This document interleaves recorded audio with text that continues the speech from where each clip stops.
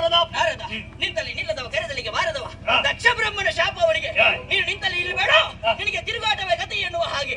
ಹಾಗಾಗಿ ಇವ ನಿಂತಲ್ಲಿ ನಿಂತುಕೊಂಡು ಹಾಡುವುದಕ್ಕೆ ಅಸಾಧ್ಯ. ತುಂಬಳಲ್ಲ ಬೋಳಿಯಲ್ಲ ಅನ್ನೋ ಅರಿದಲ್ಲ. ಮತ್ತೆ ಯಾರು ಬಂದವರು ಯಾರು ಎನ್ನುವುದನ್ನು ತಿಳಿಯಬೇಕು ಅಂತಾದ್ರೆ ಒಂದು ಕೆಲಸಕ್ಕೆ ಮುಂದಾಗಬೇಕು.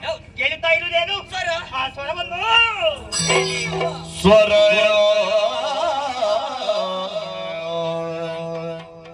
ಸ್ವರ ಹಿಡಿದು ನಡೆದರ ಮುಂದಕ್ಕೆ ಧರಣಿ